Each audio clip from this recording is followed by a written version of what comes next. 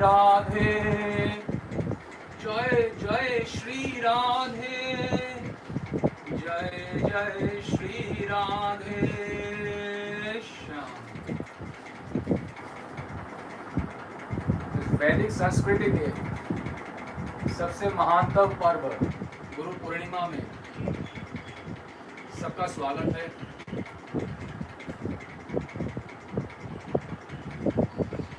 आज की पावनतम तिथि पे सबकी इच्छा होती है, जो निष्ठावान शिष्य होते हैं उनकी इच्छा होती है कि अपने गुरुदेव का दर्शन करें, उनकी सेवा करें, होनी भी चाहिए। तो आज यंत्रों के माध्यम से दर्शन भी प्राप्त हो रहा है और जो भक्त लोग अभी प्रवचन सुन रहे हैं या सुनेंगे, आप सब, चाहे आप दिल्ली में हो या आप पंजाब से हो या मुंबई से हो या बेंगलोर से या जीशा, कोचीन से, Kothamangalam, Kerala, Karunamayi, I am calling you Karunamayi for the first and last time now, your name will be changed. तो विदेशों से भी, अमेरिका से Vinod is in touch with some people, और नेपाल इत्यादि से, जहाँ जहाँ से, वृंदावन से, मायापुर से जो भक्त लोग शिष्यगण सुन रहे हैं, आप सबका इस गुरु पूर्णिमा के पर्व पे हमारे यहाँ स्वागत है।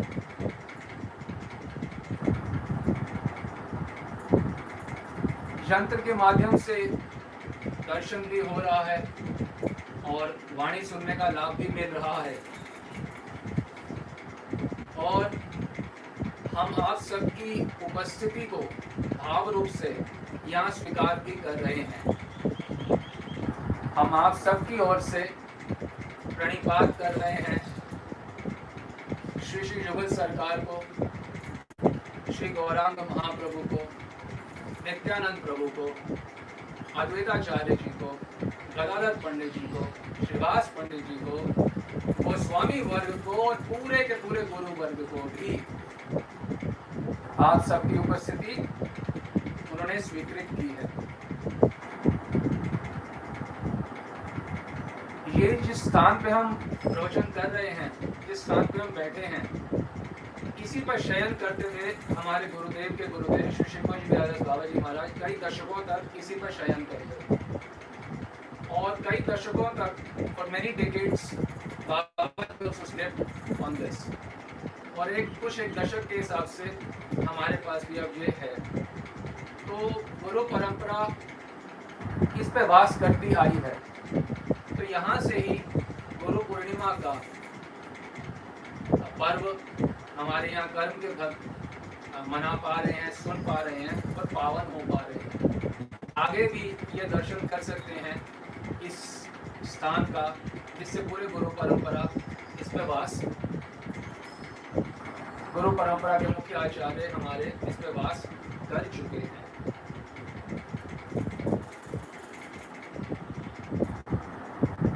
तो हम गुरु पूर्णिमा के ऊपर, गुरु तत्व के ऊपर तो बोलेंगे ही, परंतु काफी महीनों बाद हम कुछ कह रहे हैं, तो हम अन्य विषयों पे भी कहेंगे जिससे सब भक्त लाभान्वित हो पाए।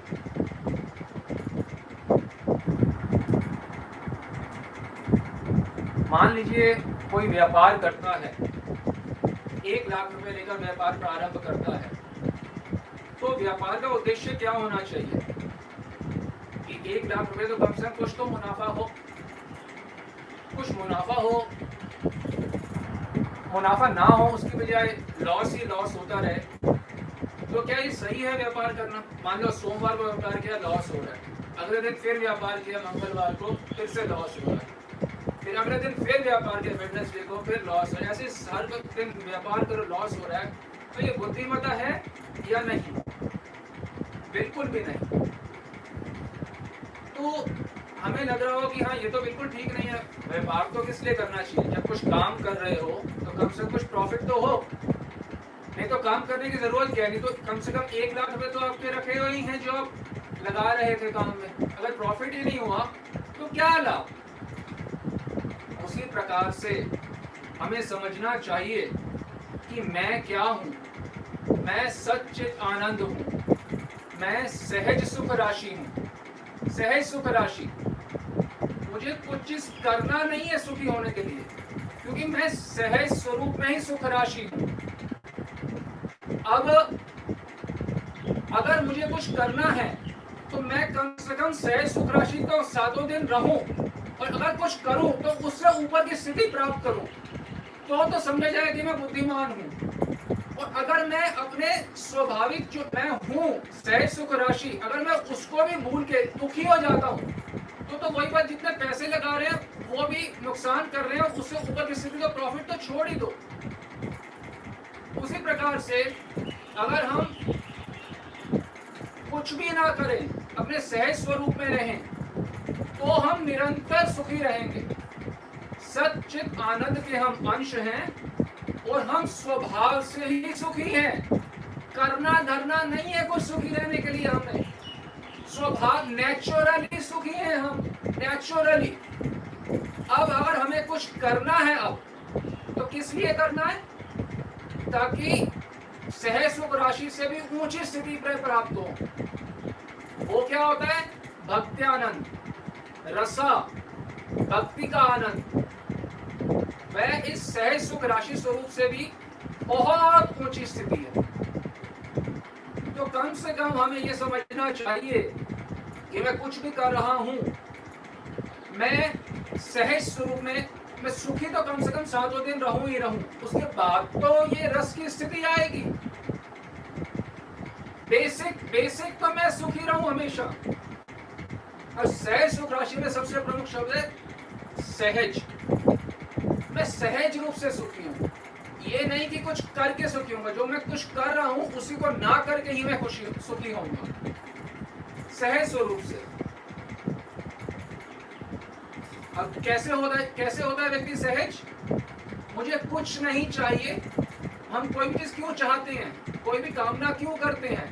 हमें लगता है कि हम ये चीज के बिना मैं सुखी नहीं हो पाऊंगा। हमें यही तो समझना कि मैं सहज रूप से सुखी हूँ। ये कामना करके मैं सहजता से अलग होने के साथ साथ सुख से भी अलग वंचित हो जाता हूँ। सुख से वंचित हो जाता हूँ, कुछ भी चाहते ही, कामना करते ही। कामना करना मतलब अज्ञानता का प्रदर्शन। मैंने कोई इच्छा करी मतलब मैं अज्ञान में आ गया। मुझे कुछ चाहिए, मुझे नहीं चाहिए कुछ। और किसी को भी अपना मानना कि हाँ कोई मेरा है, ये मेरे सहज स्वरूप राशि में सबसे बड़ी बाधा है। मैं ब्रह्मांड भ्रमित हूँ, ब्रह्मांडों में भ्रमण करो एक अकेला। मेरा किसी से, मैं तो कण हूं ना कण।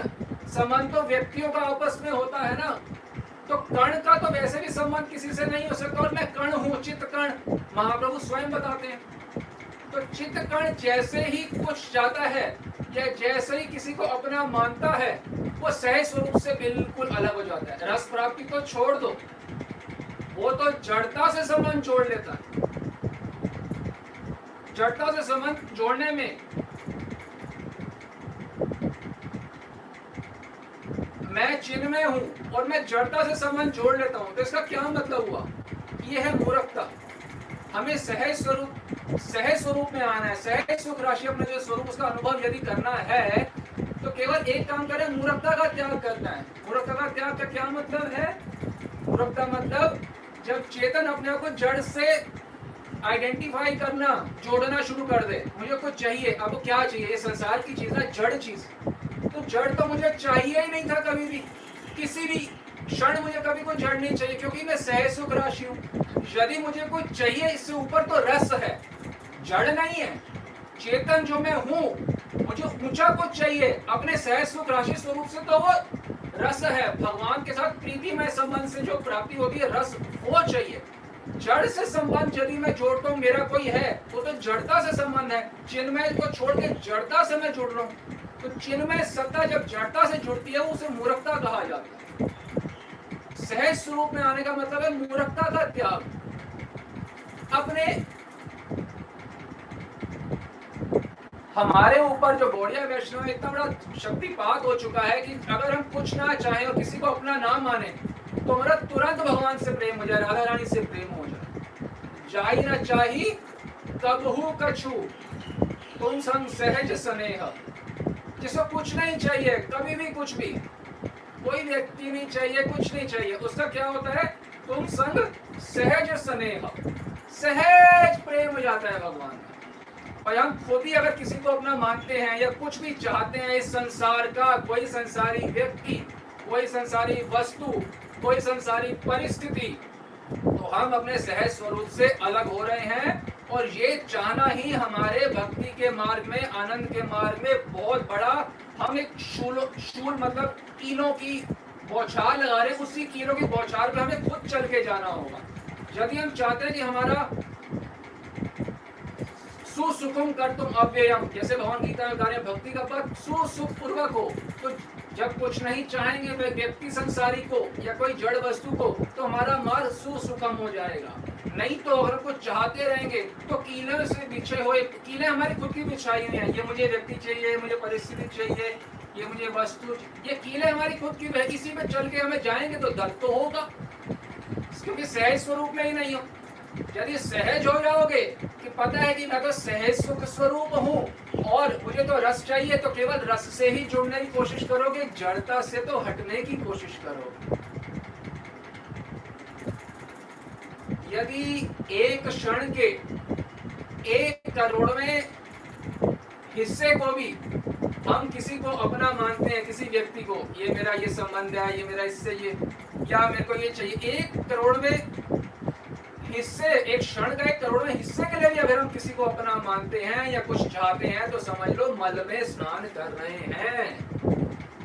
मल में स्नान, हम सोच लें कि हम दिन भर किस में स्नान करते हैं, सोते हुए भी कुछ चाहिए, किसी को अपना मानते हैं, तो जब हम निरंतर मल में स्नान करें तो चेतन अमल, सहज अमल नहीं हुए हम, फिर चेतन अमल सहज सुख राशि, तो मल में स्नान हो गया। हमें समझना चाहिए कि मैं किसी को जब कुछ चाहता हूँ, किसी को अपना मानता हूँ, अपने अंदर खालीपन देखता हूँ तो ही कुछ चाहता हूँ किसी व्यक्ति को। मैं खालीपन मेरे में है ही नहीं, मैं सहज सुख राशि कंप्लीट यूनिट हूँ। खालीपन मेरे में कभी भी नहीं हो सकता।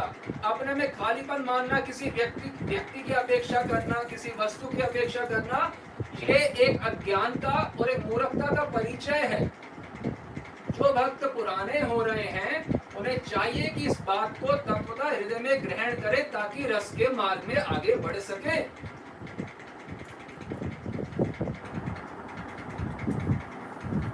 हम कुछ भी चाहते हैं कि हमें ये चाहिए, हमें ये परिस्थिति चाहिए, हम किस प्रकार से उसे खुश हो जाएंगे, तो आप ये समझो कि ये चाहना जो है, ये चाहना अपने आप में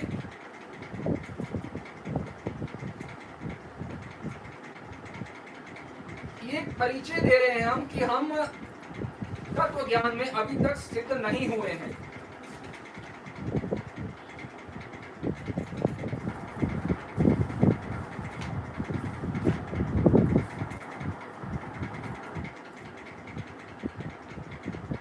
जब भक्त को कुछ नहीं चाहिए होता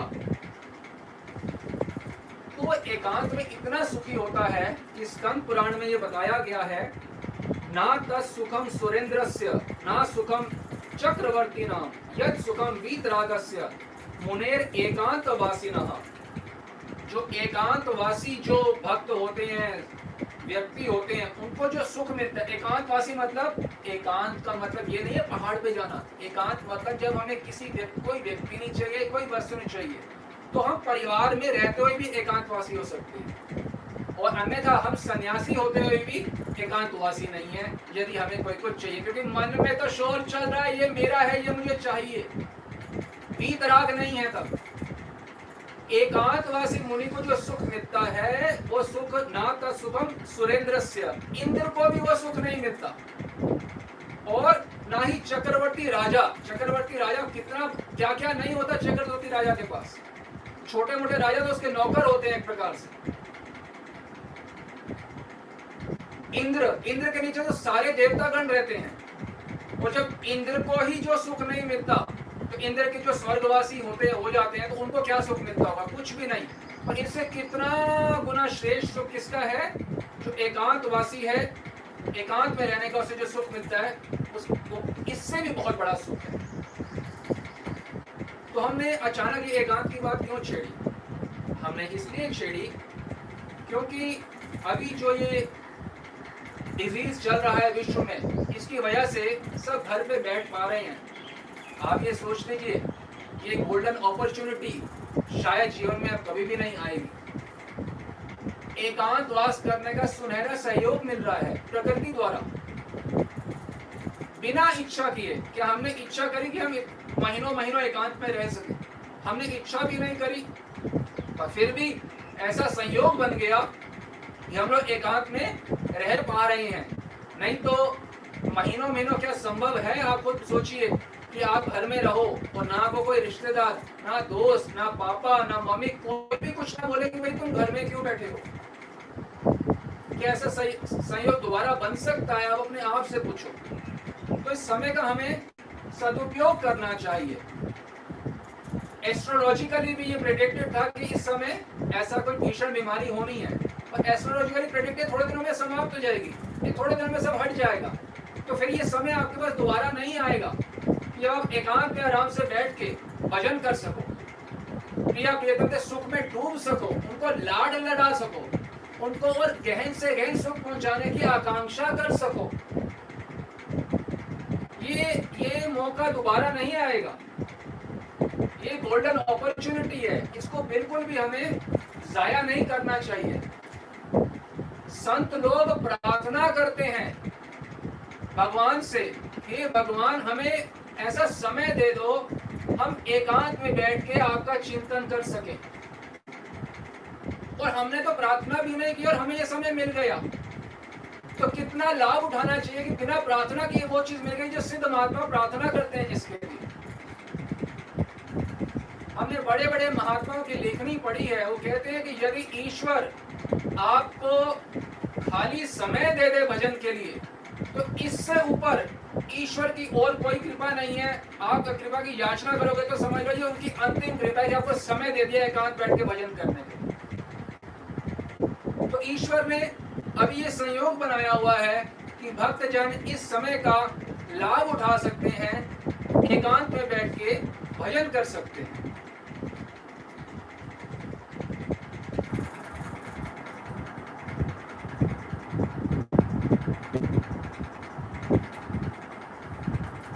श्री वृंदावन महिमामृत में भी वर्णन आता है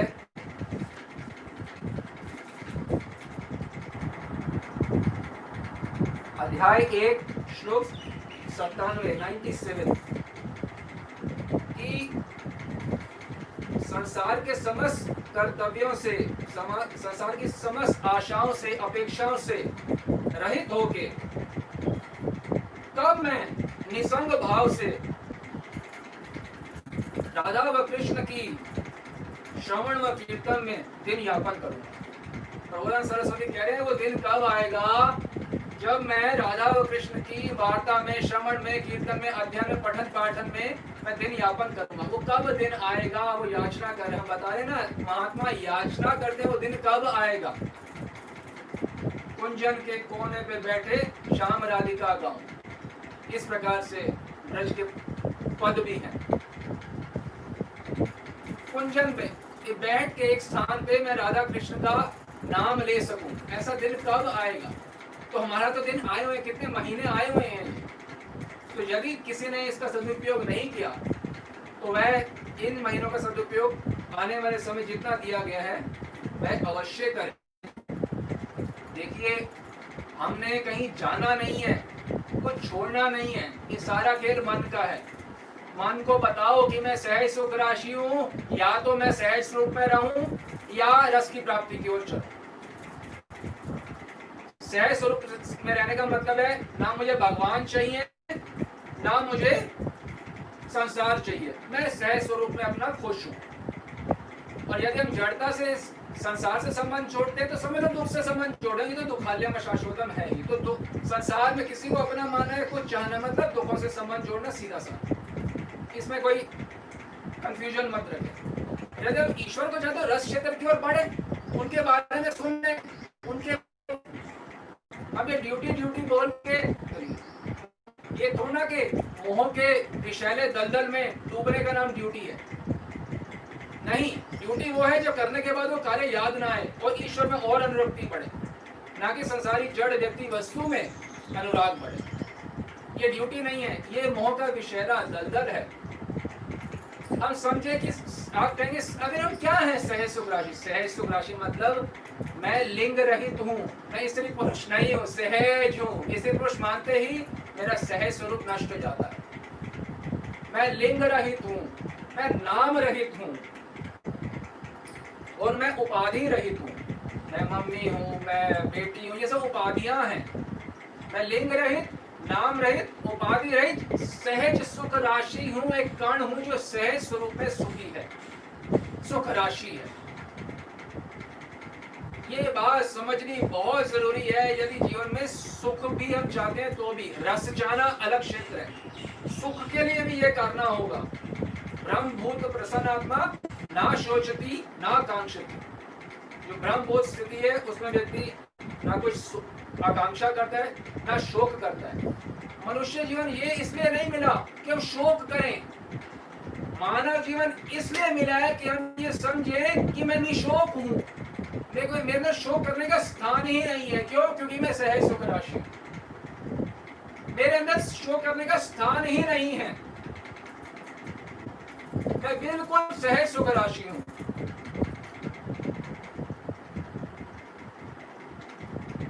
आप ये अष्टावक्र गीता है, इसके कुछ श्लोक से समझने का प्रयास करें। अध्याय 13 इसमें बताया जा रहा है कि जो मैं आत्मा हूं, ना मुझे किसी का संयोग है और ना ही किसी का वियोग हो सकता है, इसलिए मैं यथा सुख रहता हूं। अष्टावक्र मुनि यहाँ बता रहे हैं कि ना मेरे को किसी का संयोग है कि कोई मेरा है या मुझे कुछ चाहिए, कोई संयोग, और जब आपको कुछ है ही नहीं कुछ आपका, तो आपसे जाएगा क्या, आपकी हानि क्या हो। आत्मा स्वरूप को समझने का मतलब है संसार की किसी परिस्थिति से ना मेरा कोई लाभ हो सकता है और ना कोई हानि। वियोग तो हो ही नहीं सकता। जैसे कहावत बोली जाती है गांव में, नंगा आदमी क्या नहाएगा और क्या निचोड़ेगा। उसी प्रकार से आत्मा का वियोग, उसका लॉस कैसे होगा? वो तो कण है, कण से हटा दोगे तो भी कण ही बचेगा। क्या हटाओगे कण से? वियोग हमारे को कभी हो नहीं सकता और संयोग हमें कभी किसी का हुआ नहीं और हो नहीं सकता। तो जो भी अपने आप को मान के बैठ रहे हैं वो हम ना कभी थे, ना कभी हैं और ना कभी होंगे। तो जब शोक करते हैं, व्यर्थ का शोक करते हैं, अगले श्लोक में बताया जा रहा है इन सब स्थितियों से ना मेरा कोई लाभ है और ना ही कोई हानि, इसलिए मैं मौज से रहता हूं। हाँ, यथा सुखम।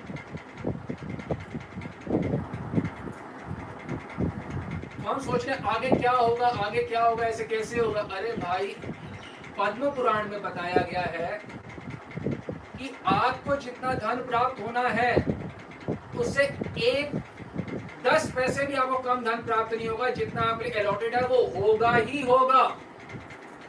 प्रकृति आपको फोर्सफुली प्रकृति विल गिव यू। और जो नहीं प्राप्त होना, जितना मर्जी प्रयास कर ले, वो प्राप्त नहीं होगा। और आपके बच्चे की शादी जिस वर्ष होनी है, जिस होटल में होनी है, जिस व्यक्ति से होनी है, उसमें कितना खर्चा करना है आपने, वो सब भी पहले से डिसाइडेड है। वो होएगा वैसे ही, आपके प्रयास करने से कुछ बदलेगा नहीं। किस बात की चिंता? आत्मा को किस बात की चिंता है बताइए। यदि आत्मा किसी बात की चिंता कर रही है तो वो निशोक हो ही नहीं सकती। आत्मा मतलब मैं कण हूं, सहज सुख राशि, चिंता मेरे में प्रवेश कर ही नहीं सकती। इसी में एक श्लोक आगे बताया गया, निराशा को प्रवेश। निराशा कैसे मुझ में प्रवेश कर सकती है जब मैं सहज सुख राशि हूं? अपनी स्वरूप की विस्मृति के कारण सारा बवाल है। दुखी होना मतलब घोर असत्संग। जो भी व्यक्ति दुखी होता है खाली बैठ के या कुछ भी, क्योंकि वो भगवान की लीला में नहीं डूब, भगवान के नाम में नहीं डूब रहा, अध्ययन में नहीं डूब रहा, सेवा में नहीं डूब रहा। इसी वजह से शोकित हो रहे हैं, जबकि शोक का कोई कारण नहीं है। मनुष्य जीवन मिला ये समझ, शोक करने के लिए नहीं, ये समझने के लिए कि मुझे कभी शोक हो नहीं सकता। आप ये सोचिए, जो हम अभी आपको ये ज्ञान बता रहे हैं, क्या ये चींटी कभी समझ सकती है ये ज्ञान? आप बताइए। चींटी के भी बच्चे होते हैं, वो भी अपने बिलों में रहती है, क्या चींटी समझ सकती है? या मच्छर समझ सकता है ये ज्ञान कि मैं सहज सुख राशि हूँ, मुझे शोक नहीं है, मुझे कोई नहीं चाहिए, मुझे कोई वस्तु नहीं चाहिए, रस की प्राप्ति के लिए इस यात्रा में लगना पड़ेगा, सखे रस चाहिए तो ये मार्ग लगना पड़ेगा, वात्सल्य रस चाहिए तो ये मार्ग लगना पड़ेगा। तो क्या ये कोई और योनि में ये ज्ञान समझ आ सकता है? तो सोचिए कितना दुर्लभ ज्ञान हमको सुनने को मिल रहा है, वो भी आज के पावन पर्व पे। तो हम कितने सौभाग्यशाली हैं। यदि हम ये ज्ञान सुनने के बाद भी उसी प्रकार रहते हैं जैसे ज्ञान सुनने से पहले थे, तो क्या लाभ हुआ? जैसे चींटी है, वो कुछ नहीं समझ सकती, वो उसको यही पता है ये मेरे तो चींटे हैं, ये मेरा पति है, ये मेरा बिल है, बस। तो चींटी पना उसी प्रकार से मनुष्य है, ये 2 बच्चे ये है, इसी घर मेरा बिल है, मतलब एक अपार्टमेंट है, 2 कमरा 4 कमरा का, तो बस यही सब कुछ है।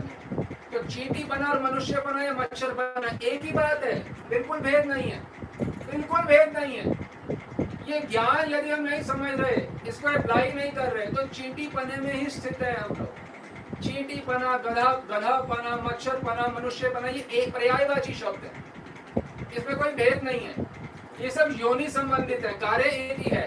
2-4 लोगों को अपना माना और ये सब ये चाहना वो चाहना, बस ये समझना है कि हमें कुछ नहीं चाहिए, सहज सुख राशि हूं मैं। अपने आप को ऐलान कर दो कि मुझे कुछ नहीं चाहिए, मैं कभी कुछ नहीं चाहूंगा, किसी से कुछ नहीं चाहूंगा। आप वर्स्ट से वर्स्ट चीज को, एक बार हमने पहले भी बताया था, एक वर्स्ट सिचुएशन को अपने जीवन में मान लो कि हो जाए, तो आपको कभी कोई शोक करने का प्रश्न ही नहीं उठता। क्या वह स्थिति हो सकती है कि सब कुछ खत्म हो जाए और वृंदावन में कहीं मार्ग में बैठ के मांग के खा लो, दिन रात भगवान का नाम ले? इससे खराब स्थिति तो नहीं हो सकती। घबराइए मत, होगी नहीं। जो भाग्य में धन लिखा है वो तो मिलके रहेगा, आप चाहो ना चाहो, कोई चाहे ना चाहे। परंतु ये स्थिति राजा महाराजाओं की तरह जीवन जीते थे, रूप गोस्वामी, सनातन गोस्वामी, रघुनाथ दास गोस्वामी, इन सब ने राजाओं का जीवन छोड़ के ये जीवन अपने खुशी से स्वीकार किया कि मांग के मधुकरी खा रहे हैं, दिन रात कुंजन में बैठे, राधिका कृष्ण गाँव, कृष्ण राधिका। तो ये स्थिति तो बहुत ऊंची स्थिति है, ये बड़े नसीब वालों को प्राप्त होती है। मधुकरी करके थोड़ा सा आहार लेके दिन रात डूबे रहो रस में। रस में डूबना मुश्किल नहीं है। ये जो विग्रह है, यदि आप अपेक्षा रहित हो जाओगे तो तुम संग सहज स्नेह, ये विग्रह क्या आप देखोगे ना, तो इनका ये कैसे हैं इस समय, ये आपको मालूम चल जाएगा। कई बार आपको ये भी मालूम चलेगा ये भय में है, अभी उनको भय लग रहा है किसी कारण से, खुश है तो भी मालूम चल जाएगा हमें। अरे आपको मालूम नहीं चलता तो क्या हुआ, सब मालूम चल जाएगा। क्या करो, सहज स्वरूप में हो, रस की ओर चलो, सब मार्ग खुलेगा।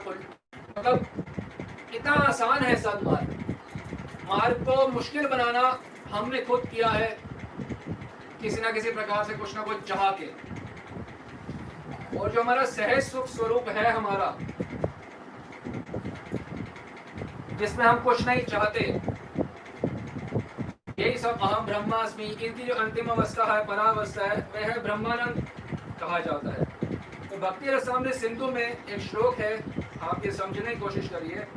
ब्रह्मानंदो भवेत् एष चेत प्रार्थ गुणीकृतः नायति भक्ति सुखाम बोधेह परमाणु तुलामपि। इसका मतलब है ये जो ब्रह्मानंद का सुख है और बड़ा सुख है, इतना बड़ा सुख है कि ये इंद्र ब्रह्मा का जो सुख है ना, हजारों लाखों स्त्रियों के साथ सबसे श्रेष्ठ भोजन, ये सुख जिसको मिलता है, उसके मुकाबले ये सुख जो है करोड़ों गुना श्रेष्ठ है।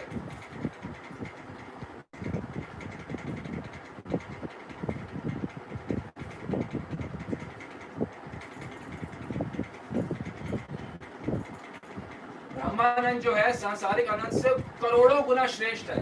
अब उस ब्रह्मानंद के ऊपर बता रहे हैं कि रूप स्वामी बता रहे हैं भक्ति रसामृत सिंधु में कि ब्रह्मानंद भक्ति के आनंद के मुकाबले कितना बड़ा है। पहले तो ब्रह्मानंद इतना बड़ा है कि सांसारिक आनंद उस सामने इतना सा है। अब ब्रह्मानंद जो है भक्ति के आनंद के मुकाबले क्या है, श्लोक में बताया गया है, एक के आगे 17 जीरो लगा दो।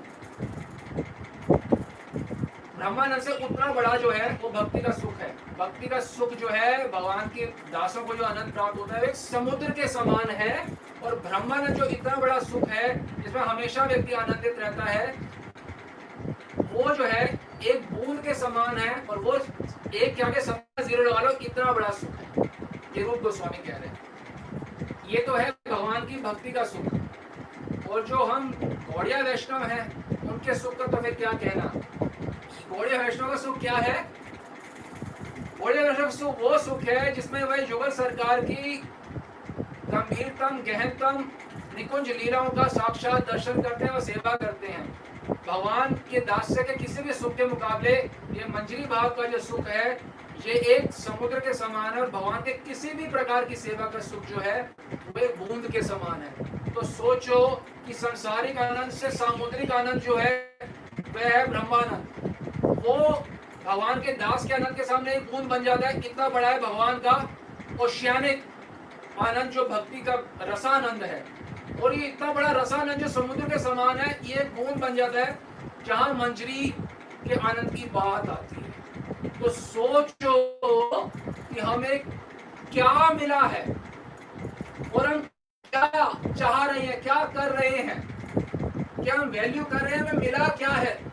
इतना ऊंचा आनंद, श्रेष्ठ आनंद। और हम क्या चीजें अभी कह रहे हैं, बच्चों का ए ग्रेड आया, बी ग्रेड नहीं आया तो मैं दुखी हो गया, उसने मेरे को ये कह दिया तो मैं दुखी हो गया, उसके पास ये गाड़ी है मेरे पास नहीं है मैं इससे दुखी हो गया, वो सेवा उसको ये मिले मेरे को नहीं। आप सोचो सही क्या मिला है आपको।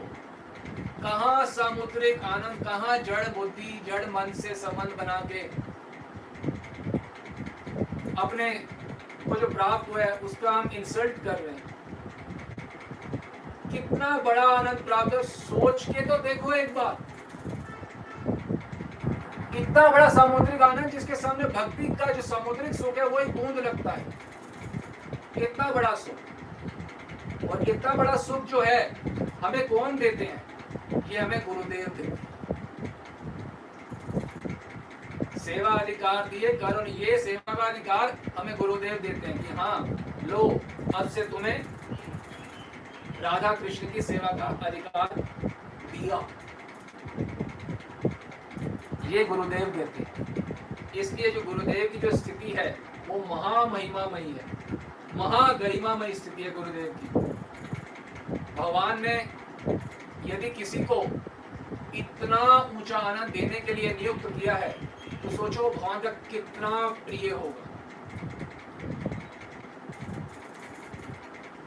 भगवान की इच्छा के बिना पत्ता भी नहीं हिलता। तो पूरे विश्व को या इतने भक्तों को जो मंजरी बना रहे हैं वो स्वयं राधा प्रियाय धीमहि है। वो भगवान के कितने प्रिय पार्षद होंगे। राधा प्रियाय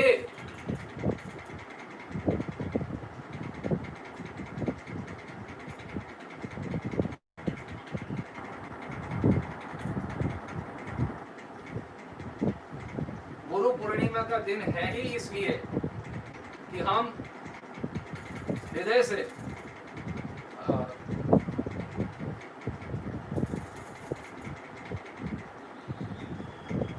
कृतज्ञता मनाएं कि हमें क्या प्राप्त हुआ है, कितना श्रेष्ठ वस्तु हमें प्राप्त हुई है। इसके लिए हम हृदय से कृतज्ञता बनाएं। मुझे इतना श्रेष्ठ पहले तो मानव जीवन मिला, उसमें मुझे समझ आ रहा है कि मैं सहज सुख राशि हूँ। फिर उसमें से अब रस के मार्ग पे हम जाने का भी हमें सुनहरा अवसर प्राप्त हो रहा है। उसके बाद हमें गुरु की शक्ति भी प्राप्त हो गई है और हम वास्तविक रूप से श्री गुरु चरणों का आश्रय ले लें और काय मनोवाक्य से उनको प्रसन्न करने की चेष्टा में लग जाएं। तो जो अनेक साधनाओं के बाद जो प्राप्त नहीं होता वो हमें सहज स्वरूप से प्राप्त हो जाए।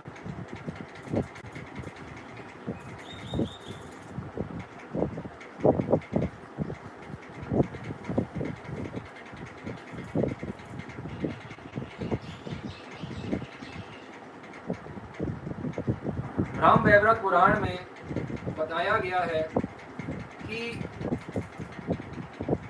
देखिए, आज फिजिकली मिलने में, गुरुदेव के दर्शन करने में तो बाधा है प्रकृति के द्वारा रची हुई, परंतु अपने हृदय मंदिर में क्या बाधा हो सकती है? हम सबको सुविधा दी है ईश्वर ने कि मानस चिंतन द्वारा, मानस भावना द्वारा हम सेवा कर सकते हैं, और वह सेवा भी वैसे ही होती है, उसी मात्रा में स्वीकार होती है जिस मात्रा में हम मिल के करते हैं, वैसे ही। तो ये ब्रह्म वैवर्त पुराण में बताया गया है, शिव जी बता रहे हैं नारद जी को कि गुरु का ध्यान कैसे करना चाहिए। शिव जी बता रहे हैं कि प्रतिदिन, हर दिन ब्रह्म मुहूर्त में उठकर, हर दिन ब्रह्म मुहूर्त में उठना चाहिए और ध्यान करना चाहिए। अपने भीतर, हमारे भीतर 1000 सहस्त्र कमल पर विराजमान गुरुदेव हैं। 1000 पंखुड़ी का एक सहस्त्र कमल है, उस पर गुरुदेव विराजमान हैं। उनका चिंतन करें। गुरुदेव प्रसन्नता पूर्वक बैठे हुए हैं, मंद मंद मुस्कुरा रहे हैं और व्याख्या की मुद्रा में ऐसे हाथ उठा हुआ है, और शिष्य के प्रति उनका बहुत स्नेह है। ऐसे शिष्य को ध्यान करना चाहिए। वह शांत तथा निरंतर संतुष्ट रहने वाले, एकदम शांत है, निरंतर संतुष्ट रहने वाले। ये अपने भीतर ध्यान करना है।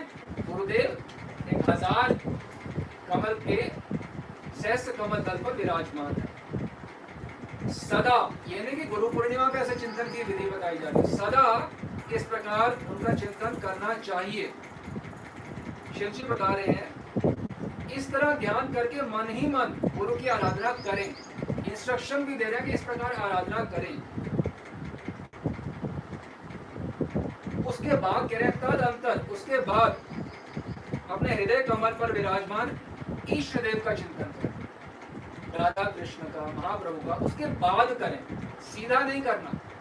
पहले गुरुदेव का चिंतन करें प्रतिदिन, उसके बाद हृदय कमल पर विराजमान ईष्ट देव का चिंतन करें। जैसे शास्त्रों में बताया गया उसी प्रकार ध्यान करें। तप्त कांचन गौरांगी मेघवर्ण, ईष्ट देव का चिंतन जैसे बताया गया वैसे चिंतन करें। क्रम ये है, शिव जी बता रहे हैं, पहले गुरु का ध्यान करके उन्हें प्रणाम करें, फिर उनकी विधिवत पूजा करने के पश्चात उनकी आज्ञा लेकर ईष्ट देव का ध्यान एवं पूजन करें। पहले गुरुदेव का पूजन करना है, फिर गुरुदेव की आज्ञा लेकर ईष्ट देव का ध्यान एवं पूजन करना है। यही हमारे गौड़िया समाज में भी ये श्लोक काफी प्रचलित है। प्रथमं तुम गुरुं पूज्या ततश्चैव ममर्चनम कुर्वन् सिद्धिम् अवाप्नोति अन्यथा निष्फलम भवेत्। कि प्रथमं तो गुरु पूज्य, पहले गुरु की पूजा करें, उसके बाद मम अर्चना, मेरी अर्चन जो है वो उसके पश्चात करें। पूर्वम सिद्धिम अवाप्नोति, ये ऐसा करने से सिद्धि प्राप्त होती है। अन्यथा निष्फलम भवेत्, अन्यथा ये जो भी साधना है एक प्रकार की निष्फल होती है। ये ब्रह्म वैवर्त पुराण में भी बताया जा रहा है और हमारे गौड़िया आचार्यों ने भी यही बताया है। बाबा भी इस श्लोक को काफी कहते थे। गुरुदेव की आज्ञा लेकर ईष्ट देव का ध्यान एवं पूजन करें, क्योंकि गुरुदेव ही देवता के स्वरूप का दर्शन कराते हैं। दर्शन स्वयं से नहीं होता, गुरुदेव दर्शन कराते हैं, गुरुदेव की कृपा दर्शन कराते हैं। तो सबसे पहली बात है गुरु का चरण आश्रय। कायम मन वाक्य से एक ही चेष्टा हो, कैसे मैं अपना जीवन का हर क्षण व्यतीत करूं गुरुदेव के सुख संपादन हेतु, कि गुरुदेव इससे प्रसन्न होंगे। कैसे हमेशा मेरी दृष्टि वहां पे हो कि गुरुदेव कैसे प्रसन्न होंगे, गुरुदेव कैसे प्रसन्न होंगे, दृष्टि केवल वहां पे होनी चाहिए।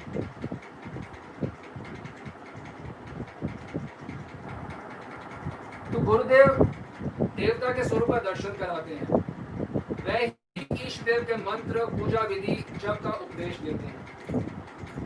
इसलिए गुरुदेव ईश देव से भी बढ़कर है। गुरु ब्रह्मा है, विष्णु है, वह महेश्वर है। गुरु ही परम ब्रह्म परमात्मा है। गुरु के समान दूसरा कोई पूजनीय नहीं है।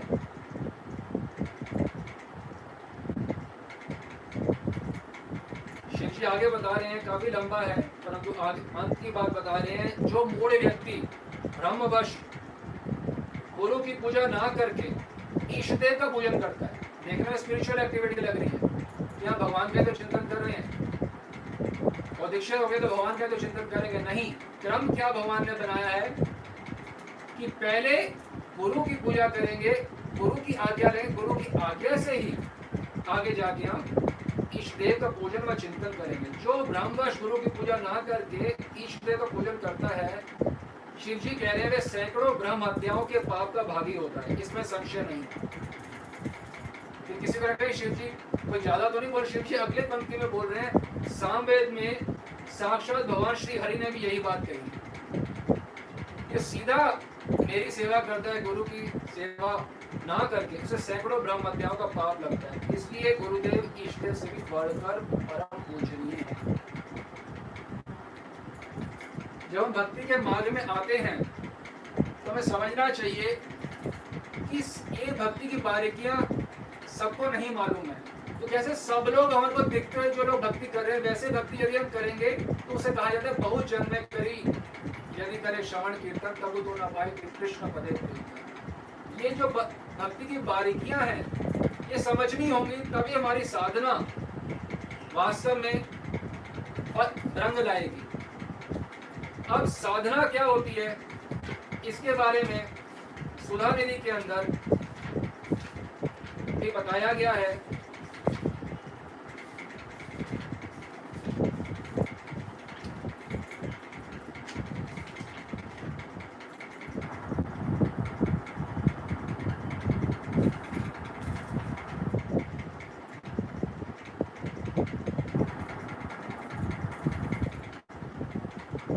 विश्वनाथ चौधरी ठाकुर बता रहे हैं कि एक निष्काम भक्ति बिना किसी चालाकी के जो भक्ति होती है, अकैतव भक्ति और निश्चयात्मक भक्ति, ये कैसे होती है ये बता रहे हैं स्वयं श्री विश्वनाथ चौधरी ठाकुर। वह बता रहे हैं कि जब व्यक्ति निश्चयात्मक बुद्धि के साथ भजन करता है तब उसके अनर्थों की निवृत्ति होती है और क्रमशः फिर आसक्ति जन्म लेती है। देखिए, रुचि, आसक्ति, भाव, प्रेम, प्रेम प्राप्त करना हमारा उद्देश्य है, तो प्रेम प्राप्त करने से पहले अनर्थों की निवृत्ति चाहिए। उसके बाद प्रेम, रुचि, आसक्ति से बाद में प्राप्त हो। आसक्ति के जो स्तर होता है उस स्तर पर समझिए कि आस्वादन का कार्य जो होता है ये वो स्थिति चाहिए कम से कम। तो ये स्थिति कैसे आए? ये आएगी निश्चयात्मक बुद्धि के द्वारा। और ये स्थिति कैसे आएगी चक्रवर्ती पाद बता रहे हैं बहुत सुंदर तरीके से। मम श्री गुरु उपदिष्टम भगवत कीर्तन स्मरण चरण परिचरणादिकम एतद एव मम साधनम एतद एव मम साध्यम एतद एव मम जीवा दूह साधन साध्य। ये काफी लंबा बताया गया। इसका अर्थ है कि गुरु उपदिष्ट भगवत कीर्तन ऐसा नहीं है कि केवल परंपरा से जुड़ गए, मंत्र मिल गया, उसके बाद जैसे मन में आया कुछ भी पढ़ा, कुछ भी मन में किसी से भी मिले, कोई भी साधना कर ली, कोई भी जप कर, ऐसा नहीं है। चक्रवर्ती बात बता रहे हैं कि जो जो भी हम साधना करें गुरु उपदिष्ट भगवत कीर्तन होना चाहिए, स्मरण, चरण सेवा, यही मेरा साधन व भजन है। प्रत्येक शिष्य को समझना चाहिए यदि गुरु उपदिष्ट नहीं है, वो देखने में आध्यात्मिक की क्रिया रहेगी पर वो भगवान को इतना सा भी संतुष्ट नहीं करेगी। जो गुरु उपदिष्ट भजन दिया जाता है शिष्य को, बताया जा रहा है यही मेरा साध्य है, यही मेरा जीवातु है, जिससे मैं जीवित हूँ, अन्यथा मैं जीवित नहीं हूँ। मेरे लिए इसे त्यागना किसी भी अवस्था में संभव नहीं है। जो मेरे गुरुदेव ने मुझे साधक भजन दिया, यही मेरा काम में है, यही मेरा कार्य है, इसके अतिरिक्त मेरा और कोई कार्य नहीं है। स्वप्न में भी अन्य अभिलाषा नहीं है। स्वप्ने अभी अत्यंत सुखम अस्ति, इससे सुख मिले दुख मिले संसार नष्ट हो, इसमें मेरा कोई विचार नहीं है। बस केवल जो मेरा गुरु उपदिष्ट जो भजन है उसी से ही मुझे राधा दासी पद प्राप्ति होगी। इस बात में दृढ़ श्रद्धा रखना, ये इसी से अनर्थों की निवृत्ति होती है और रुचि आसक्ति दशा की प्राप्ति होती है। और ये बताया गया विश्वनाथ चक्रवर्ती ठाकुर द्वारा, और स्कंद पुराण में बताया जा रहा है दूसरे अध्याय में कि गुरु उपदिष्ट मार्गेण मनः सिद्धिं तु कार्ये अनित्यं करणेत सर्वं यत् किंचितम अगोचरम। श्री गुरुदेव द्वारा उपदिष्ट मार्ग से ही मन की शुद्धि करनी चाहिए। गुरु उपदिष्ट मार्गेण, जो गुरुदेव ने जो मार्ग बताया है उसके वो मार्ग के द्वारा ही मन की शुद्धि करनी चाहिए, अन्यथा मन की शुद्धि नहीं होगी। मन में देहाभिमान और बढ़ेगा, अहंकार और बढ़ेगा। कि जो कुछ हम अनित्य वस्तु से जुड़े हुए हैं, जड़ता से जुड़े हुए हैं, मुझे ये चाहिए, ये नहीं चाहिए, मैं अपने अनुसार करूंगा, ये चीजें तभी जाएंगी जब वास्तविक अनुगत्य में हो। बिना वास्तविक अनुगत्य में होए सिद्धि प्राप्त हो नहीं सकती। साधना वही करनी है जो सिद्धि में हमने करना है। सिद्धि में हमने गुरु गौरांग की प्रेममयी सेवा करनी है। तो जो कार्य हम साधना में नहीं करेंगे, कभी ऐसे नहीं होता गौरांग की प्रेममयी सेवा नित्य लीला में, ऐसा कुछ नहीं होता, एक क्षण के लिए भी नहीं होता। गुरु गौरांग की प्रेममयी सेवा, तो जो कार्य सिद्धि में करना है वही साधना करेंगे तो ही तो उसी कार्य की सिद्धि मिलेगी। तो यदि मनमाने तरीके से यदि कोई कार्य करता है और यदि सोचे कैसे मनमाना तरीके से कार्य करके मुझे सिद्धि प्राप्त हो जाएगी, तो ये कभी भी संभव नहीं है। हमेशा ये समझना चाहिए कि गुरुदेव मेरे बिल्कुल निकट हैं, बिल्कुल मेरे निकट हैं। उनके सानिध्य में रह के ही सुबह उठते हैं, क्या देखें मैं गुरुदेव के सानिध्य में हूँ, सुबह उठते ही हाँ मैं गुरुदेव के सानिध्य में हूँ। गुरुदेव तो सदैव विद्यमान है ना, गुरुदेव कोई पार्थिव शरीर नहीं है, गुरुदेव सदैव विद्यमान है। यदि कोई चेकोस्लोवाकिया में भक्ति कर रहा है तो यदि चित्रपट रखा है तो वहां पे भोग लगा रहा है, प्रसाद दे रहा है, माला पहना है, तो गुरुदेव वहां विद्यमान है।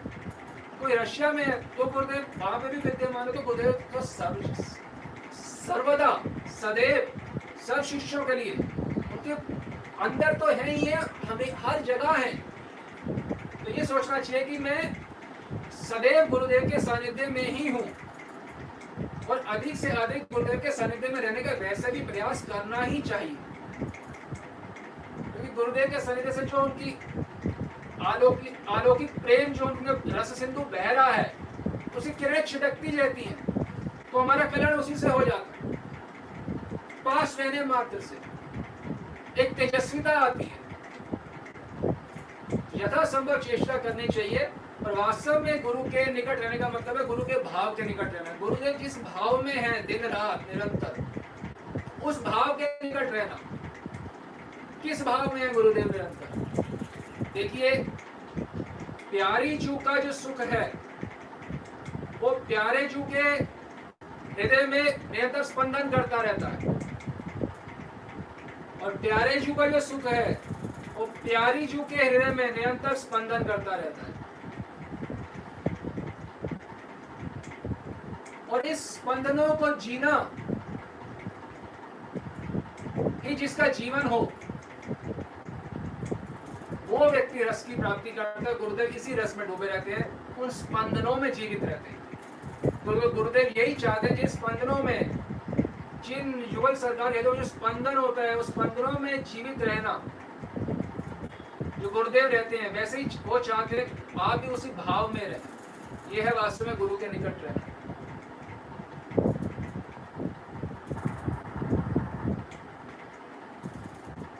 राधा कृष्ण की ओर नजर घुमा लो, नजरें उनसे मिला लो,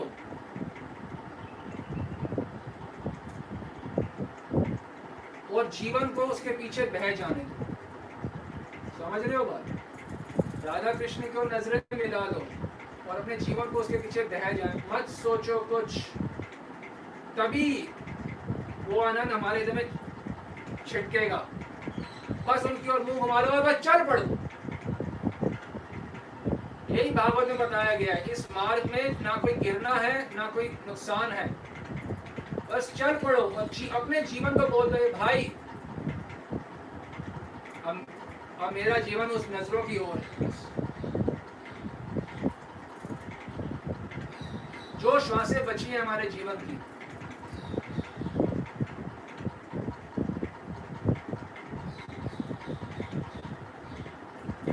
वो बस उनकी नजरों की ओर मुड़ के बस बहना शुरू कर, इससे रस की प्राप्ति हो।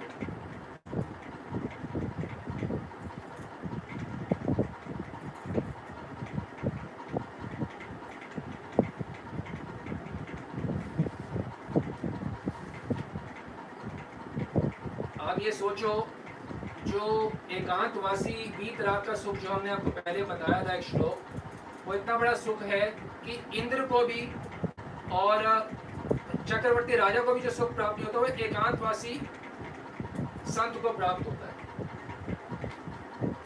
तो आप ये सोचो कि जब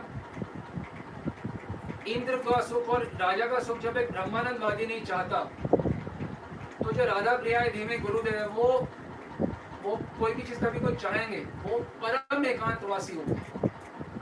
यदि उनका सानिध्य कुछ पल के लिए मिल जाए तो समझ लो हमारा मंगलमय जीवन आरंभ हो गया। यदि उन्होंने हमसे कुछ वार्ता कर ली तो समझ लो कि कल्याण हो गया, कुछ बोल दिया, क्योंकि हम गुरु तत्व को नहीं समझते। साक्षात जिनकी हम उपासना कर रहे हैं, वो ही इस रहस्य को प्रकाशित करने के लिए गुरुदेव के रूप में प्रकट हुए। गुरु हरि दो नहीं है, गुरु हरि ना भेद कराई। गुरु हरि दो नहीं है, वो स्वयं ही अपना मार्ग प्रदर्शन करने के लिए गुरुदेव के रूप में प्रकट हुए। श्री कृष्ण की करुणा ही मूर्ति रूप धारण करके गुरुदेव के रूप में प्रकट हुई। वो परम एकांतवासी होते हैं। जरा सा भी मंगलमय सानिध्य मिल जाए, उनसे कुछ भी मिल जाए, तो सिद्धि मिलने में फिर कोई संदेह नहीं है। एक बार की बात है, एक उदाहरण के तौर पर आपको बताएंगे कि एक व्यक्ति थे,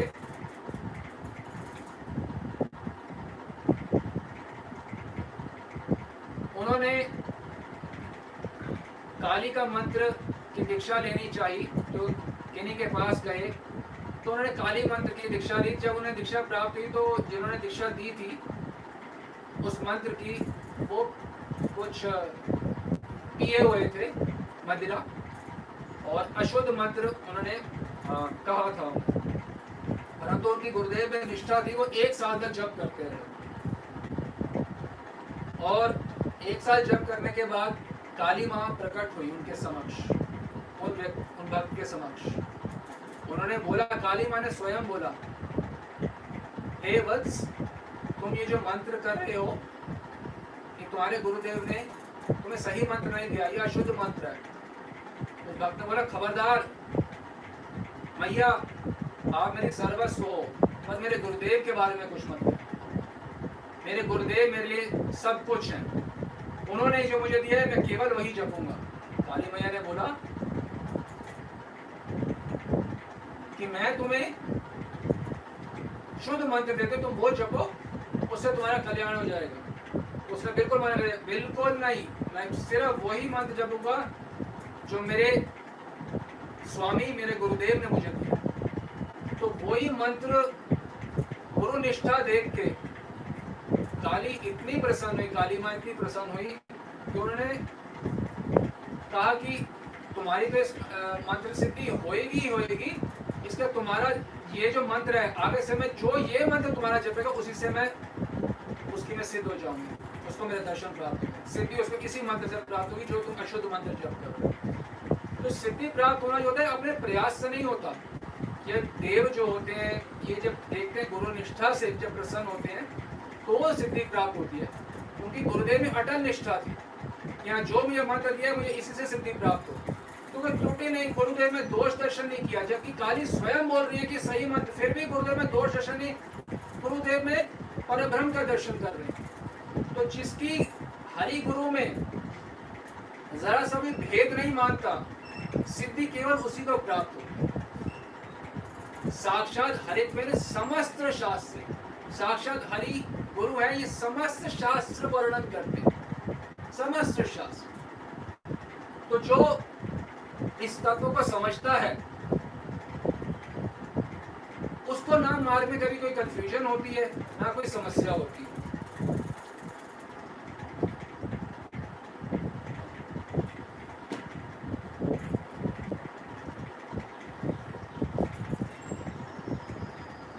और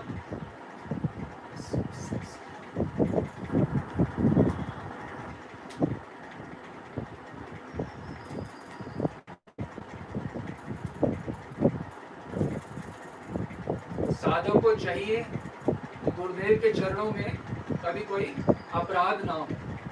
यदि गुरुदेव के चरणों में कोई अपराध होता है तो स्कंद पुराण में यहाँ तक वर्णन आया है कि जो गुरुदेव सारे हृदय के अंधकार अज्ञान का नाश करते हैं, ये सब जानने के बाद भी जो व्यक्ति गुरुदेव के चरणों में अपराध कर देता है तो उसको तब तक नर्क में वास मिलता है जब तक सूर्य और चंद्र रहते। युगों युगों तक नर्क में वास मिलता है जब तक सूर्य और चंद्र रहते हैं, तब तक। सोचो कितने युग निकल जाते हैं, निकोजी प्राप्त हो तो बड़ी दूर की बात है। मानव योनि क्या कोई योनि ही प्राप्त नहीं होती, नर्क में ही व्यक्ति का यातना देह में ही व्यक्ति प्रताड़ित होता रहता है यदि गुरुदेव के चरणों में अपराध हो जाए।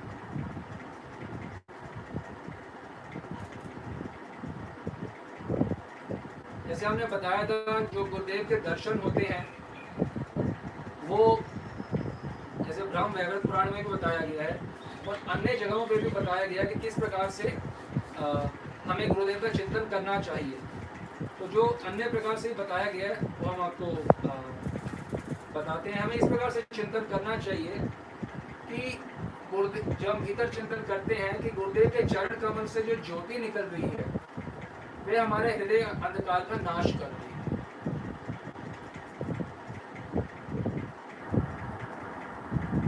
और ये करने के बाद, चिंतन करने के बाद हमें अपना मन जो है, जो गुरु उपदिष्ट मंत्र है, साधना है, उसमें लगाना चाहिए।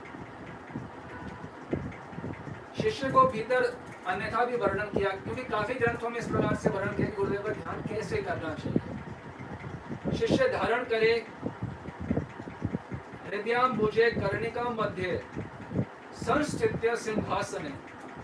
हृदयाम्बुजे हृदय कमल में, कर्णिका मध्य एकदम भीतर में संस्थित्य है सिंहासने दिव्य मूर्ति ध्यायत गुरुम चंद्र कला प्रकाश। हृदय कमल के बीच कर्णिका में स्थित दिव्य सिंहासन में गुरुदेव का दिव्य रूप विराजमान है, ऐसे धारणा करें।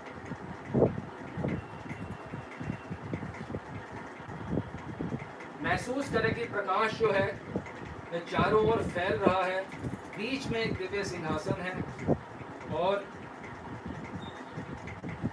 श्वेतांबर मंद स्मिते सांद्रम कृपा निदान। श्वेतांबर श्वेत वस्त्र धारण किए हुए हैं गुरुदेव ने, मंद मंद मुस्कुरा रहे हैं और कृपा वर्षण कर रहे हैं और श्वेत पुष्पों की उन्होंने माला से वे अलंकृत हैं और उनके नेत्रों में आनंद झलक रहा है।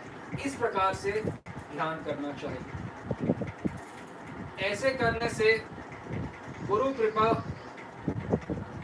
साधक के ऊपर बरसती है।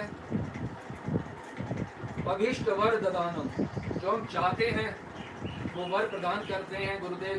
इस प्रकार से मैं गुरुदेव का नित्य चिंतन, नित्य नमन करता हूँ। और आगे बताया गया है, ना गुरु और अधिकम, ना गुरु और अधिकम, ना गुरु और अधिकम। गुरु से अधिक कोई नहीं है, गुरु से अधिक कोई नहीं है, गुरु से अधिक कोई नहीं है। इस प्रकार से वर्णन शास्त्रों में किया। कई बार देखा जाता है किसी संत को व्यक्ति अपने गुरुदेव से भी महत्वपूर्ण मान लेता है।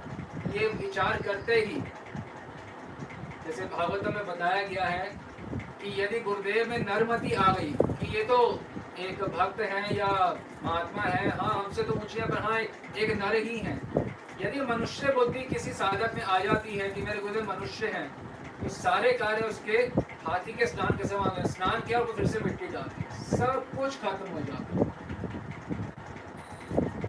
अगर नरमति आ गई, गुरु को हरि के समान नहीं माना, तो सारे साधन जो है व्यर्थ भवे। तो इसलिए बहुत ध्यान देना चाहिए कि हम किसका संग करें। हमें पहले तो एकांतवास हमें प्रिय होना चाहिए, कि एकांतवास हमें बहुत प्रिय हो।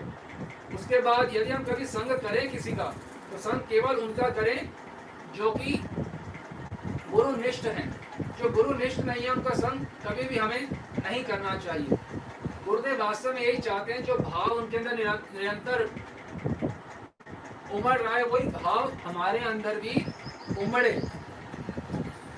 अब हम जो आरती करते हैं, आप सब लोग भगवान की आरती करते होंगे, तो आप ये सोचो जब आरती कर रहे हो, यदि हम केवल किताब में पढ़ के कर लेंगे तो वो तो यही है 4 2 1 7 यही आरती हो गई। ऐसे आरती नहीं करनी। जब आप महाप्रभु की आरती कर रहे हो, तो जब कर रहे हो तो हर घुमाने में मानो कि मैं उनके अमंगल का नाश हो रहा है, मैं कर रहा हूँ उनके मंगल का नाश। और हर घुमाने में मुख में घुमाया अमंगल का नाश हो रहा, पूरा घुमा रहा हूँ अमंगल का नाश हो। जब पूरा कर लिया, सातवीं बात तो हृदय से फील आनी चाहिए कि मैंने मेरे प्रभु के अमंगल का नाश किया, नाश की सेवा करी। फिर नित्यानंद प्रभु के ऊपर जब कर रहे हो, फिर जब उनका भी करो, तो फिर से प्रॉपर ये फील आए भीतर कि उनके अमंगल का नाश किया।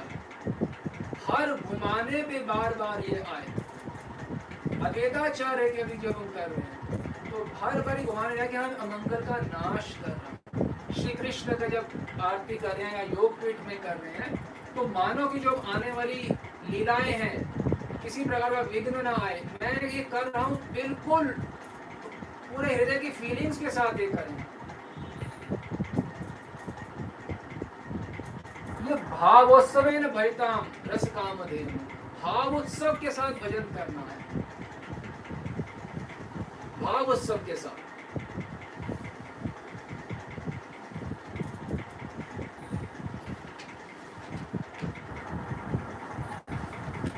विराग को समांजलि में यहाँ बताया जा रहा है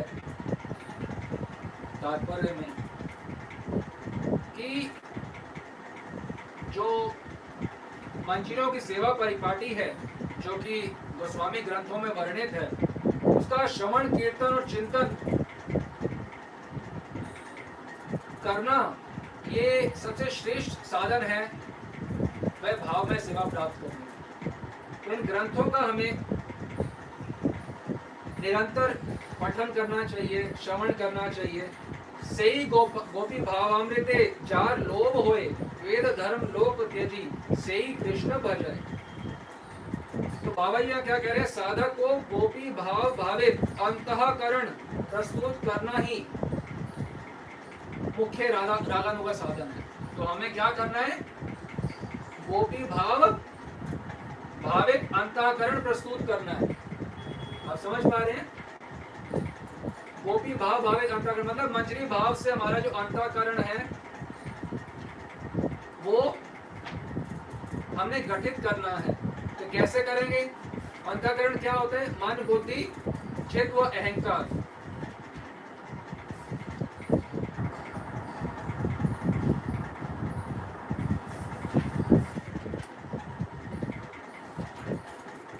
हमारे को संसारी अहंकार त्याग के कि मैं स्त्री हूँ, पुरुष हूँ, ये अपने अंदर अहम लाना होगा कि मैं राधा रानी की दासी हूँ, मैं दासी हूँ। उनका सेवा करना ही मेरा एकमात्र जीवन है। मेरे दो जीवन नहीं है, एक संसारी और एक आध्यात्मिक। राधा रानी की सेवा करना ही मेरा एकमात्र मेरे जीवन का उद्देश्य है।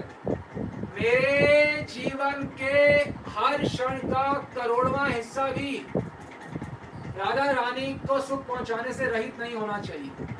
ये मन में भीतर में लाए क्या मेरे जीवन का हर क्षण को काट भी दो, उसका जो करोड़वां हिस्सा भी हो वो भी राधा रानी को सुख देने के अलावा किसी कार्य में ना हो। यूं करते हैं जय रूप सनातन भट्ट रघुनाथ श्री जी गोपाल भट्ट दास रघुनाथ ईश्वरी गोसाई कोरी चरण वंदन जहाँ तो विघ्ननाश अभीष्ट पूर्ण। अभीष्ट पूर्ण क्या मेरा अभीष्ट है? राधा रानी को हर क्षण के करोड़वां हिस्सा भी उनको सुख पहुंचाना है। ये है अभीष्ट पूर्ण, ये मेरा अभीष्ट, ये मेरी इच्छा है। तो जब रासलीला होती है, कैसे गोपी भाव भाविक अंतःकरण होगा, कुछ चीजें समझने का प्रयास करें। जब रासलीला होती है तो वंशीनाद का जो मधुर आकर्षण होता है, उस आकर्षण से ब्रज सुंदरियां रास रसिक श्री कृष्ण के एकदम निकट आ जाती हैं।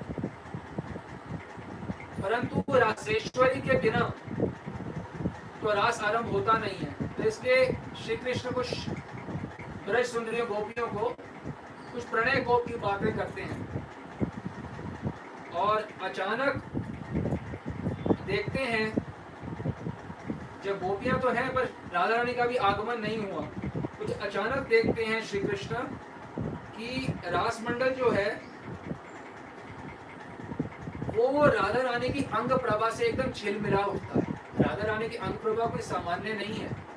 इतनी सारी गोपियां और स्वयं श्री कृष्ण माया उनके भी अंग की प्रभा होती है, परंतु जब राधा रानी उनकी अंग की प्रभा इतनी ज्यादा होती है कि पूरा रास मंडल झिलमिला उठता है।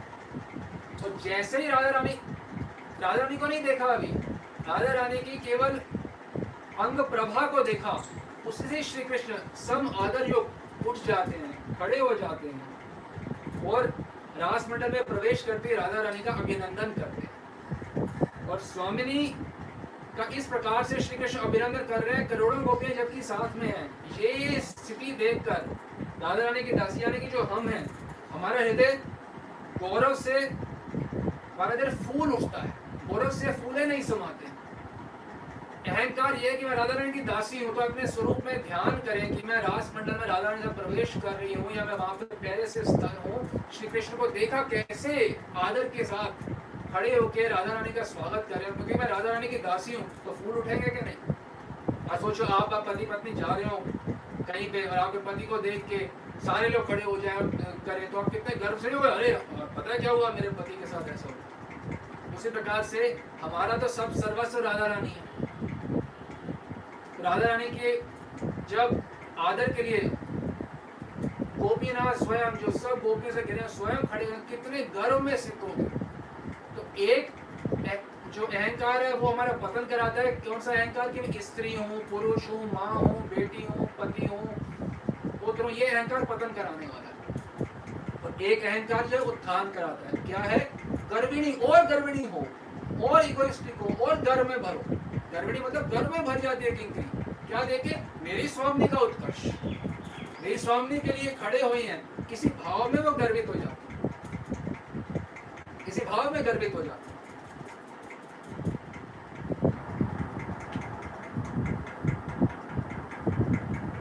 इसको और भी प्रकार से समझ सकते हैं कि हम और किस प्रकार से चिंतन करें। जब विलास का अंत होता है तो राधा कृष्ण का विलास का अंत देख के मंजरी प्रवेश करती है भीतर। तो जब प्रवेश करती है तो वो देखती है कि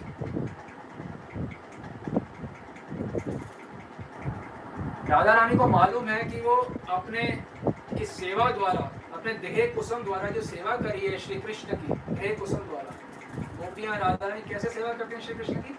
अपने देह रूपी कुसुम को अर्पित करके उनके श्री चरणों में। तो अपने देह कुसुम द्वारा अनुपम उनकी उपासना करके, उनको संतुष्ट करके श्री कृष्ण को परम सुखी कर सकी हैं। ये जानकर राधा रानी के श्री अंगों से कांति धारा जो होती है वो छल छला रही होती है कांति धारा।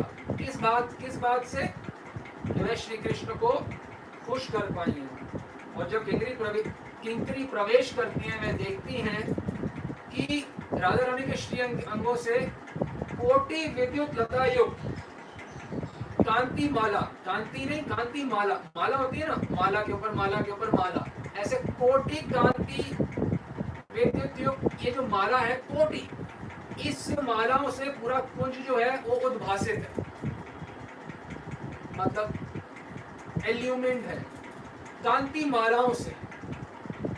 तो राधा रानी की जो शोभा है और ये जो कांति है, इसमें क्या भेद है? इसका भेद समझिए। उज्ज्वल नीलमणि बताएंगे। पहले समझिए कांति क्या होती है। कांति होती है जब श्री अंग की शोभा मदन आवेश के वशीभूत होकर और अधिक उज्जवल हो जाती है, उसको कांति कहा जाता है। जब स्मर क्रीड़ा हो रही है तो उस मदन आवेश में राधा रानी की जो शोभा है वो और अधिक उज्जवल हो जाती है। वो जो उज्जवल होने के बाद जो प्रकाश होता है, उसे मदन आवेश के बाद जो उज्जवल प्रकाश होता है उसे कांति कहा जाता है। तो उस मदन आवेश के उज्जवल प्रकाश की मालाएं, कांति की मालाएं से निकुंज उद्भासित है। तो आप चिंतन कर सकते हो अपने जप में कि आप विलास के उपरांत गए हो, इसमें किसी के मन में कोई काम नहीं आ सकता। आप तो विलास के उपरांत गए हो, तो राधा रानी की जो कांति माला से कुंज उद्भासित है, तो आप इसका चिंतन कर सकते हो। और जब राधा रानी श्री कृष्ण को कुंज में काम केली कोविद, राधा कृपा कटाक्ष में आया है, काम केली कोविद, महापंडित हैं, पंडिता हैं स्मर क्रीड़ा की राधा रानी। तो जब राधा रानी विलास होता है श्री कृष्ण से, कई बार श्री कृष्ण हक्के बक्के रह जाते हैं और समझ नहीं आता लोग, उनकी आशा के भी बहुत बड़े आशातीत भाव से राधा रानी उनको आनंद प्रदान कर रही होती है। तो जब आनंद प्रदान कर रही है राधा रानी, वो श्याम सुंदर स्वयं को खो बैठते हैं उस चातुरी के अंदर, तो समझ नहीं पाते क्या क्या हो रहा है, और बिल्कुल एकदम आशातीत आनंद प्राप्त हो रहा होता है। तो राधा रानी की इस एक्सपर्टीज, इस वैदग्ध्य को देखकर किंकरी जो होती है उसको तो फिर से गर्व का उदय होता है, गर्विनी होती है कि मेरे स्वामी कितना महान प्रकार से श्री कृष्ण को आनंद दे रही है, जो कोई भी नहीं दे सकता। तो ये भी गर्व है। तो बाबा क्या बता रहे थे उसमें कि वो मंजरी भाव भाविक अंतःकरण बनाना होगा, तो उसमें हमारे को गर्व लाना होगा। जैसे राधा रानी का आदर करा, इस भाव से गर्व से फूल उठे आप। अब जैसे विलास हो रहा है, कैसा आनंद दे रही है राधा रानी, इस गर्व से आप गर्विनी हो गए कि इस आनंद से आप इतने गर्विनी हो कि आपके आनंद की सीमा नहीं रही। तो ये है गोपी भाव भाविक अंतःकरण प्रस्तुत करना कि आपको इसके अतिरिक्त और कुछ चाहिए ही नहीं, जाई ना चाहिए का बहु कछु। तो लीला के माध्यम से किंकरी अनुभव कर रही है इस कांति का। जब आशातीत आनंद है तो कांति, फिर कांति माला का अनुभव करती है। कांति का भी महाअद्भुत, राधा रानी कांति महाअद्भुत है, अद्भुत नहीं है, महाअद्भुत। सोचे कांति नहीं है, कांति मालाएं हैं। तो चिंतन करने में कितना आसान हो जाता है कि हम कांति मालाओं का चिंतन कर सकते हैं। अब ये हमने सुन लिया या हमने पढ़ लिया, क्या केवल इसी तरीके से ही हमारे हृदय में ये बात बैठ जाएगी कि केवल हमने सुन ली या हमने पढ़ ली, क्या केवल इसी से हमारे हृदय में ये बात बैठेगी? नहीं, ऐसा नहीं है। क्योंकि ये हमें समझना होगा कि इसमें आपको हम बताएं, विराट कुसुमांजलि में ही आगे एक तात्पर्य में बताया जा रहा है, हम आपको बताते हैं।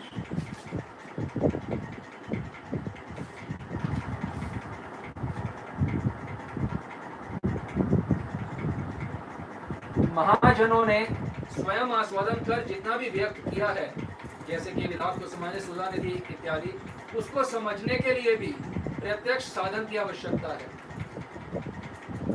ये केवल ग्रंथ पढ़कर संभव नहीं है समझना, अनुभव या आस्वादन करना केवल ग्रंथ पढ़कर संभव नहीं है। केवल पढ़ लिया तो बाबा जी कह रहे हैं पढ़ने से केवल आनंद प्राप्त नहीं हो जाएगा कि हमने पढ़ लिया तो बस अब हमें आनंद प्राप्त हो जाएगा। ऐसे आनंद ये प्राप्त नहीं होगा, क्योंकि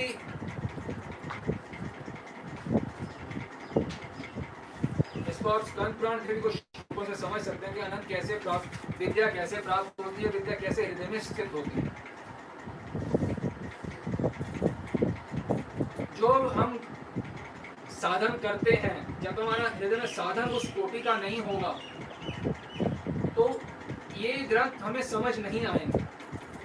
गुरु वक्त्रे स्थितम ब्रह्म प्राप्तते तत्प्रसादा, गुरु के मुख में साक्षात ब्रह्म है, पर वो प्राप्त कैसे होंगे? वो उनकी कृपा से प्राप्त होंगे। और गुरु वक्त्रे स्थित विद्या गुरु भक्त्या च लभ्यते, गुरु के मुख में सारी विद्या है, पर वो कैसे प्राप्त होती है? गुरु भक्ति से प्राप्त होती है। बिना गुरु भक्ति किए हम, कोई व्यक्ति, बाबा बता रहे हैं कि कोई सोचे कि हम केवल ग्रंथ पढ़ के सुन समझ के अपने आप कर सकते हैं, तो ये संभव नहीं है। जो गुरु उपदेश दे रहे हैं या जो हरि उपदेश दे रहे हैं या महाजन उपदेश दे रहे हैं, वो दिव्य धरातल के हैं। तो यदि हम समझना चाहते हैं तो उसकी एक विधि होती है। क्या विधि है? ये बताया गया कि गुरु वक्त्रे सिद्ध विद्या, गुरु के मुख में विद्या है, पर प्राप्त कैसे होगी? गुरु भक्त्या च लभ्यते तद विधि प्रणिपातेन परिप्रश्नेन सेवया उपदेक्षन्ति ते ज्ञानम। वो जो ज्ञानम है, जो गुरु के भीतर है, वो तब कैसे हमारे भीतर आएगा? थोड़ी देर के लग सकता है कि हमारे बुद्धि में चल रहा है, थोड़ी देर के लिए लग सकता है, पर स्थित नहीं होगा। कैसे स्थित होता है? तद विधि, वो विधि है प्रणिपात, गुरु को प्रणिपात करना, अपना जीवन समर्पण कर देना गुरुदेव के चरणों में। हे गुरुदेव, आपसे मेरा जीवन केवल आपके सुख संपादन हेतु है। सुबह उठे केवल यही आहट हो, केवल यही मन में हो कि मैं कैसे गुरुदेव को संतुष्ट करूं। ना मैं किससे मिलूंगा, ना किससे बोलूंगा, ना मैं कुछ क्रिया करूंगा, ना कुछ काय मनोवाक्य, ऐसा कुछ भी नहीं करूंगा जिससे मेरे गुरुदेव आप प्रसन्न हो। और केवल वही कार्य करूंगा जिससे वो प्रसन्न हो। तो जिस मात्रा में हम ये कार्य करेंगे, उसी मात्रा में गुरु को, जब हम हृदय से प्रसन्न करने की चेष्टा करें, तो गुरु दूर होते हुए भी आपको आपकी गुरु भक्ति का लाभ मिलेगा। यदि सीधा कोशिश करेंगे तो खोपड़ी के बल खड़े होकर कोशिश कर लें, साधना कर लें। हम क्या खोपड़ी के बल खड़े होकर साधना, हम तो 2-4 घंटे की 2-4 माला ही घुमा लेते हैं। इससे नहीं होता केवल प्राप्ति होती है जब गुरु हमारे देख रहे हैं कि दिन रात किस प्रकार से जीवन यापन, गुरु वास्तव में प्रसन्न हो रहे हैं किसी से और हृदय से उसको आशीर्वाद दे रहे हैं। जब गुरु का आशीर्वाद हृदय से किसी को प्राप्त होता है, तो हरि का आशीर्वाद भी उसको प्राप्त होता है। आशीर्वाद मांगने से नहीं मिलता, आशीर्वाद मिलता है, आशीर्वाद गुरु के बहुत भीतर हृदय में एक मौन में घटने वाली घटना है। आशीर्वाद जो होता है वो मौन में घटना घटती है, मौन से। गुरुदेव वास्तव में प्रसन्न हो रहे हैं हमारी क्रियाकलापों से। ये नहीं कि मन में जो आया कर लिया, गुरु उपदेश साधन है नहीं है, ऐसे नहीं। गुरु जाने कि हाँ गुरुदेव, हमारे गुरुदेव किस प्रकार से प्रसन्न होते हैं, वह क्या चाहते हैं, किस प्रकार चाहते हैं हम साधना करें। ये स्वयं को तो उन्हें कुछ चाहिए नहीं, तो हमारे लाभ हेतु ही हमारे से कुछ बोलते हैं। यदि हमें कभी कुछ बोल दें तो हमें उसे अपने जीवन का एकमात्र लक्ष्य रखना चाहिए, उससे सब सिद्धि प्राप्त हो। एक गुरु स्नान करने जा रहे थे, तो नीचे एक व्यक्ति लेटे थे, तो ऐसे ही ठोकर लगे गुरुदेव की उनके ऊपर। तो गुरु ने यही बोला, अरे बेटा राम राम बोलो। तो उस व्यक्ति ने इसी बात को गुरुदेव का आज्ञा समझ के दिन रात राम राम में लग गए। तो इसी से उनको सिद्धि प्राप्त। तो उसी बात गुरु के मुख से यदि कुछ निकल रहा है, उसके अगर कुछ अलग विपरीत हम सोच भी लेते हैं, तो समझ लो कि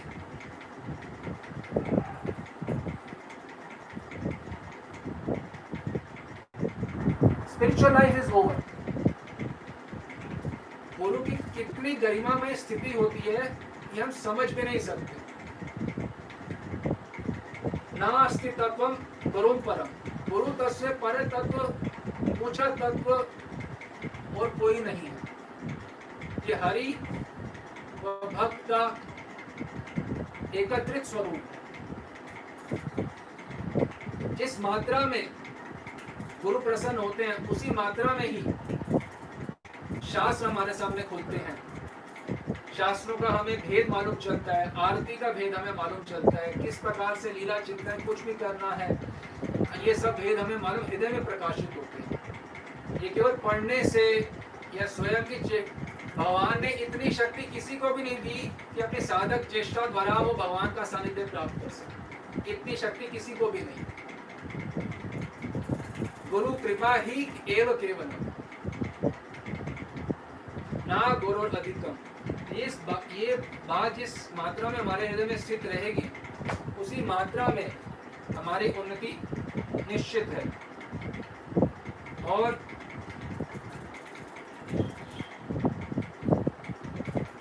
कुमति और सुमति रामचरितमानस में वर्णन है, वह सबके भीतर होती है। कुमति मतलब कि जो, सुमति मतलब जो गुरु की और भगवान की सेवा करने में कभी कोई किंतु परंतु ना लगाए, उस मति को कहा जाता है सुमति।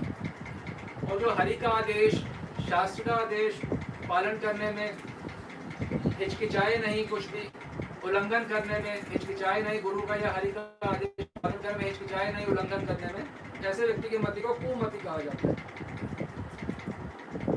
तो ऐसे हमको खुद देखना चाहिए कि हमारी कुमति है या सुमति है। एक बात। दूसरी बात, जो शिष्य होता है उसको अच्छे से मालूम होता है कि मुझे गुरुदेव प्राप्त हो गए। गुरुदेव प्राप्त होने का मतलब सब कुछ प्राप्त हो गया, सब कुछ प्राप्त हो गया, इसके परे और कुछ नहीं है। अब बस केवल उनकी प्रसन्नता प्राप्त करनी है। गुरुदेव तो प्राप्त हो गया, अब उनकी प्रसन्नता प्राप्त करनी है। प्राप्त गुरुदेव की प्रसन्नता प्राप्त करनी, केवल इसी में जीवन यापन करता है व्यक्ति। और उसको पता है जो मुझे मिलेगा यहीं से मिलेगा। इसलिए जो वास्तव में भक्त होता है वो कोई सोशलाइट नहीं होता कि इधर जा रहे हैं उधर जा रहे हैं। उसका कभी किसी से मिलने की, बात करने की कभी भी रुचि नहीं होती। यदि फिर भी उसे संग करना ही होता है तो किनका संग करता है? वो जो गुरुनिष्ठ होते हैं, क्योंकि गुरुनिष्ठ व्यक्ति ही हमारे अंदर गुरुनिष्ठा ला सकते हैं। और जो गुरुदेव बता रहे हैं वो गुरुनिष्ठ व्यक्ति हमें समझा सकते हैं। कि गुरुदेव तो एकांतवासी होते हैं, वे तो उनका तो संग बहुत दुर्लभता से प्राप्त होता है। यदि थोड़ा भी मिल जाए तो कृतार्थ तो हम हो जाते हैं। पर समझने के लिए हमें गुरुनिष्ठ व्यक्ति चाहिए जो समझाएंगे गुरुदेव वास्तव में आपको जो बोला ये कैसे संपन्न कर सकते हैं। यदि संग करें तो केवल गुरुनिष्ठ व्यक्ति का संग है। इधर उधर तो कोई भक्त कभी जाता ही नहीं है। और खासकर यदि जरा से भी संभावना हो कि गुरुदेव के बारे में कहीं कोई अपशब्द बोला जाता हो या निंदा करी जाती हो, द्वेष हो, किसी कोई गुरु द्रोही हो या गुरु द्वेषी हो या गुरु के बारे में कोई भी जहाँ पे गुरु का मान वर्धन ना हो, तो ऐसी स्थिति में ऐसे स्थान पे जाने का यदि कोई व्यक्ति सोचता भी है तो ऐसा शिष्य शिष्यत्व पे कलंक है। कोई प्रीति नहीं है उसको गुरुदेव से। जब प्रीति यहाँ नहीं है गुरुदेव से तो कैसे धाम में प्रवेश हो सकता है? क्योंकि धाम में तो गुरु गुरु दोनों से असीमित प्रीति होती है। तो साधना का तो मतलब ही है कि वही कार्य करना जो सिद्धि में प्राप्त हो। गुरु और गौरांग से असीम प्रेम करना, यही तो साधना है। और जिससे भी प्रीति है उसके बारे में कहीं संभावना हो गलत शब्द की कहीं पे, तो व्यक्ति कभी कोई क्यों जाए। और सूरदास ने भी बताया है, जहाँ के संग कुमति उपजय है, पड़त भजन में भंग, तेजो मन हरि मुखन को संग। जिनके संग कुमति उपजे है, जिनके संग से कुमति उपजती है। सोचो, जो व्यक्ति अपना ही कल्याण नहीं कर पाया, कुमति का मतलब है वो स्वयं गुरु आज्ञा का उल्लंघन कर रहा है। और ऐसे व्यक्ति जब स्वयं का कल्याण नहीं कर सका तो हमारा क्या कल्याण करे? और वैसे कि हम कोई सोशलाइट तो है नहीं। इसके अंदर हमें माता जी का उदाहरण बहुत अच्छा लगता है कि माता जी गुरु द्रोही गुरु द्वेषी का स्वप्न में भी उनका परछाई को भी दर्शन नहीं करना चाहेंगी।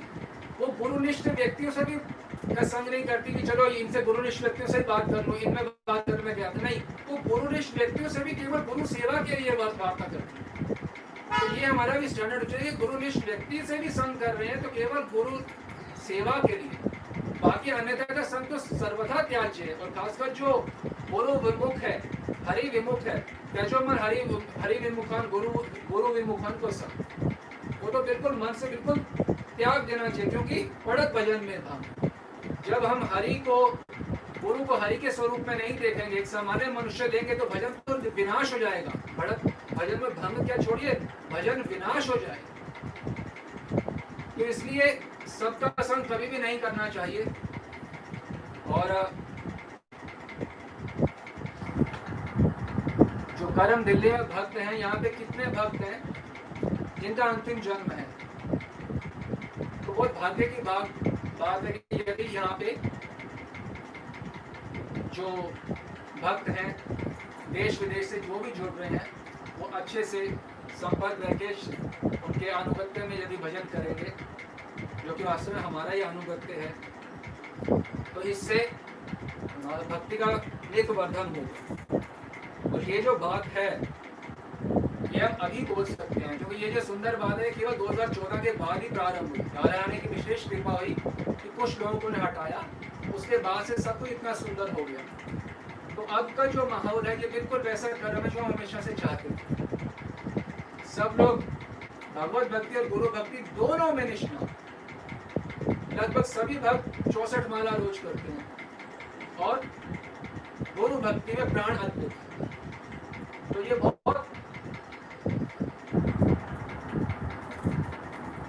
This is my dream curve, यहाँ पे गुरु भक्ति और भगवत भक्ति दोनों का समावेश है, बिल्कुल सही रूप। इसलिए आप संसार में कहीं भी जाएंगे 98% 99% सब मनमाने तरीके से कार्य होते हैं, और हम यही देख के सोचते हैं यही भक्ति होती। इसको यहाँ से तो कुमति उपजे है कि मनमाने तरीके से करना। तो जब गुरु उपदिष्टि साधन ही नहीं है तो उससे तो निश्चयात्मक बुद्धि भी नहीं होगी, अनर्थ निवृत्ति तो दूर की बात है। तो संग बहुत बहुत ध्यान से करना चाहिए और केवल गुरुनिष्ठ व्यक्ति का ही करना चाहिए।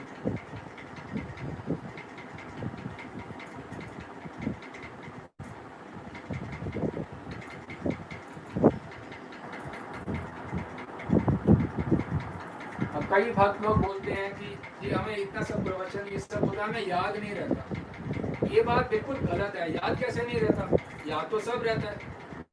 आपको याद रहता है किसने आपको कितना सगन दिया, आपने किस सगन, कहीं फंक्शन आपने उसको कितना सगन दिया, उस फंक्शन में गए थे, आपने ये कोट डाला था, ये मत डालना इसमें, दूसरा, ये सब याद रहता है। पोतों की दोतों की बर्थडे सब याद रहते हैं, उनको कौन सा कलर पसंद है ये याद रहता है, हलवा पसंद है नहीं पसंद है, आइसक्रीम पसंद है, ये सब कुछ याद रहता है।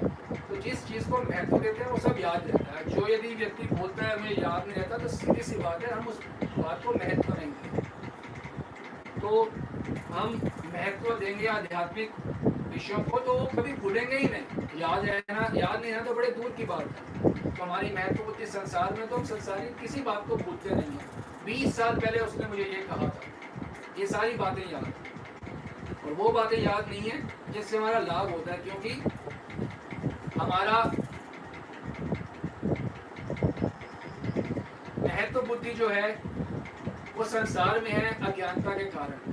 क्यों है महत्व बुद्धि संसार में? क्योंकि हम ये नहीं समझ पा रहे कि मैं सहज सुख राशि हूँ, और इस वजह से मैं बाहर लोगों से संबंध बनाता हूँ, कुछ चाहता हूँ। और हम ये ही नहीं समझ पा रहे मैं सहज सुख राशि, तो अनंत की ओर क्यों भागेंगे, रस की ओर क्यों भागेंगे? रस का मार्ग तो बिल्कुल अलग है। जब किसी को नहीं चाहते, मान लीजिए यहाँ पे हैं तो सहज सुख राशि है, ये संसार की ओर है, यहाँ दुखालय में शाश्वत है, ये मार्ग रस की ओर है। जब हम ना इस ओर जाना चाहते हैं ना इस ओर, तो हम सहज सुख राशि है। गुरुदेव हमारे लिए क्या क्या करते हैं सोचिए। गुरुदेव हमारी सारी कमजोरी जानते हैं, गुरुदेव जानते हैं कहाँ कहाँ पे अकड़ करते हैं, वो हमारी सारी दुष्टता से भी वाकिफ है, वो जानते हैं कहाँ कहाँ पे ये अकड़ करता है। कहाँ कहाँ पे ये आलस करता है, कहाँ कहाँ पे अहंकार करता है, उसके बाद सालों साल ये हो रहा है, उसके बाद भी गुरुदेव शांत रह के केवल शिष्य कल्याणार्थ क्या क्या नहीं करते, क्या क्या नहीं करते। सेवा देते हैं ताकि चित्त शुद्धि हो, सेवा में फिर अहम वर्धन होता है, फिर हटाना, फिर करना, दिन रात विदाउट बीइंग हायर्ड हमारे सेवा करते हैं। किस लिए? कि हमारा चित्त शुद्ध हो, हमें भगवत प्राप्ति हो, हमें नाम निष्ठ हो जाए, हम वाणी निष्ठ हो जाए, हम सेवा निष्ठ हो जाए। केवल यही एकमात्र उद्देश्य है गुरुदेव का। हम शास्त्र पढ़ते हैं, नाम लेते हैं, धाम जाते हैं, सोचते हैं इससे सब कुछ हो जाएगा। इससे सब कुछ नहीं होगा। हमारा प्रधान लक्ष्य, हमारा एकमात्र लक्ष्य, हमारा प्रतिदिन का लक्ष्य यही होना चाहिए, मैं कोई भी कार्य कर रहा हूँ, इससे मेरे गुरुदेव प्रसन्न होंगे या नहीं होंगे, क्या ये गुरु उपदिष्ट है या नहीं है। अरे हमें गुरुदेव प्राप्त हो गए, मतलब हमें सब प्राप्त हो गया, अब हमें और कुछ प्राप्त करना शेष नहीं रहा। अब यदि कुछ प्राप्त करना है तो केवल उनकी प्रसन्नता, सारे काय मन वाक्य से सारी चेष्टा केवल हमारी अपने कल्याणार्थ, उनके सुख संपादन हेतु होनी चाहिए।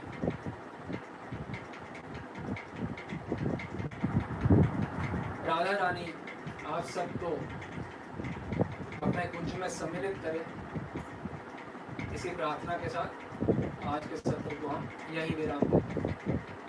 जय श्री